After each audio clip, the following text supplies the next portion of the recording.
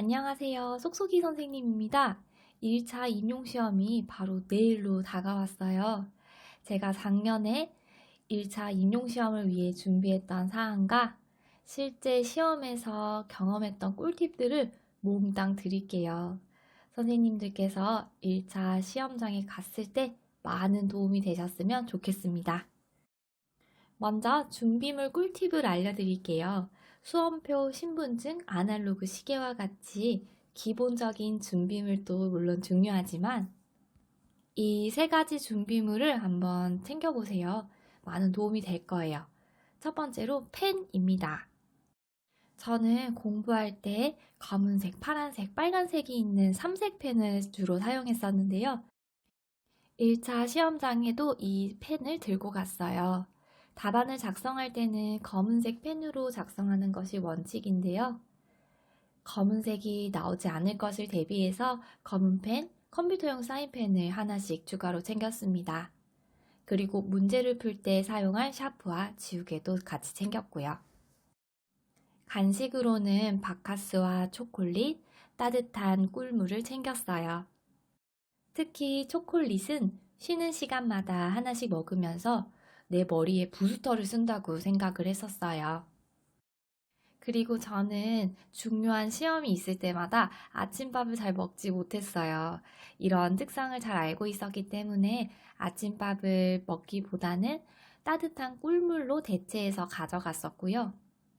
만약에 먹을 수 있는 간식을 챙겨간다면 죽이나 샌드위치 같은 간단한 음식을 챙겨가면 좋을 것 같습니다. 비상약도 챙겨갔어요. 공부를 하다가 스트레스를 받아서인지 머리가 아프거나 배가 또 아프기도 하더라고요. 혹시 모를 상황을 대비해서 내가 아플 때마다 먹었던 비상약을 챙겨가는 것 추천드립니다.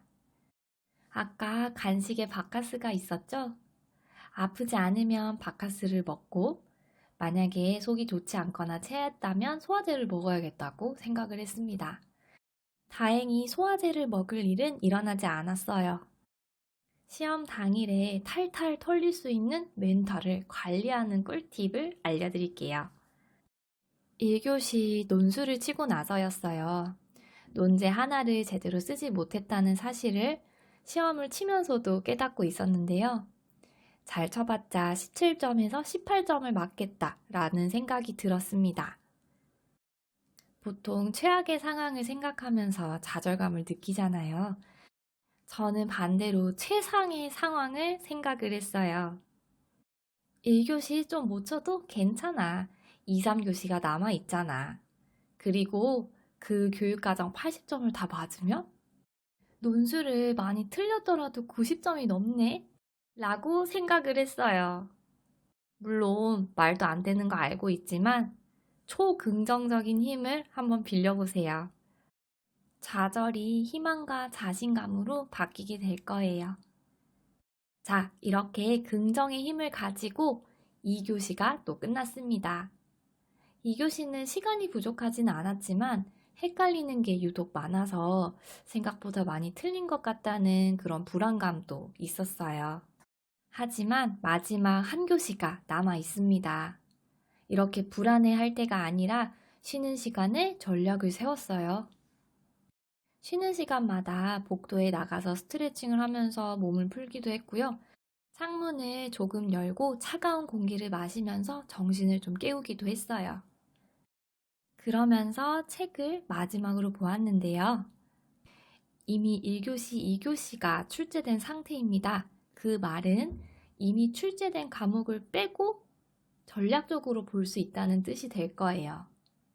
그러니까 모든 범위를 보지 않아도 된다는 뜻이 되겠죠? 그 부분을 공부하면서 지금 내가 보고 있는 부분에서 3교시에 다 나와라고 주문을 계속 걸었습니다. 문제를 풀다가 시간이 부족한 상황이 찾아올 수 있어요. 이때는 이전에 70분 시간 전략 세우기 영상에서 말씀드렸던 방법을 한번 활용해 보세요. 답안을 작성하는 여러 가지 방법 중에 시간이 부족하다면 시험지에 문제를 풀지 않고 답안을 바로바로 작성하는 방법을 선택해 보세요. 이때는 정확도가 중요한 게 아니라 끝까지 문제를 다 풀어내는 게 목표가 됩니다. 답안을 엉망으로 쓰게 된다면 걱정하지 마세요. 두 줄을 긋고 다시 쓰면 됩니다. 답지가 지저분해도 제대로만 쓰면 채점이 잘 되니까요. 마지막으로 헷갈리거나 어려운 문제를 만나게 된다면 어떻게 대처할 수 있을까요? 저 또한 문제를 풀 때 이전 기출과는 다른 새로운 유형의 문제, 그리고 까다로운 서술형 문제들이 나와서 당황을 했었던 기억이 납니다. 이때는 헷갈리는 문제에 동그라미 표시를 했어요. 표시가 늘어날수록 불안해지는 것이 사실이지만 이렇게 생각을 했습니다. 내가 표시한 문제들을 다 틀리지는 않을 거야. 이렇게 헷갈리는 문제 중에서도 많이 맞출 수 있겠지? 하고 스스로를 다독였던 것 같아요. 나중에 확인을 해보니까 A형에서 동그라미를 10문제 넘게 표시했지만 실제 점수는 2점에서 3점 정도밖에 감점이 되지 않았더라고요. 답을 알고 있는 상태에서 기출분석 공부를 하는 것과는 다르게 답을 모르는 실제 시험에서 체감 난이도가 더 높은 것은 당연하겠죠? 자, 드디어 1차 시험이 끝났습니다. 저는 1차 시험장을 나오면서 이 세 가지 생각과 감정들을 떠올려 보았어요. 우선 정말 기뻤어요. 그동안 열심히 달리느라고 쉬지 못했었는데 당장 내일 아침 늦게까지 잘 수 있다는 게 너무 좋았거든요. 그리고 일주일 동안 실컷 놀 수 있는 계획들도 짜놓았고요. 당분간은 이렇게 휴식을 할 수 있다는 사실이 정말 믿기지가 않았습니다. 그리고 자부심을 느꼈어요. 시험이 너무 어려워서 좌절스럽기도 할 수 있지만 저는 그래, 이 정도는 어려워야 임용시험이라고 할 수 있지. 나는 이렇게 어려운 시험을 뚫고 합격을 꼭 해야지. 그랬을 때 얼마나 기쁠까? 라고 생각을 했어요. 임용시험이 목적지가 아니니까요. 나는 앞으로 좋은 교사가 되기 위한 길을 계속 걸어갈 건데 임용시험은 그 관문 중에 하나일 뿐이야 라고 생각하면서 마음을 다지고 또 한편으로는 자부심도 느껴보았습니다. 마지막으로 후회 없이 정말 열심히 했고 혼신의 힘을 다했다.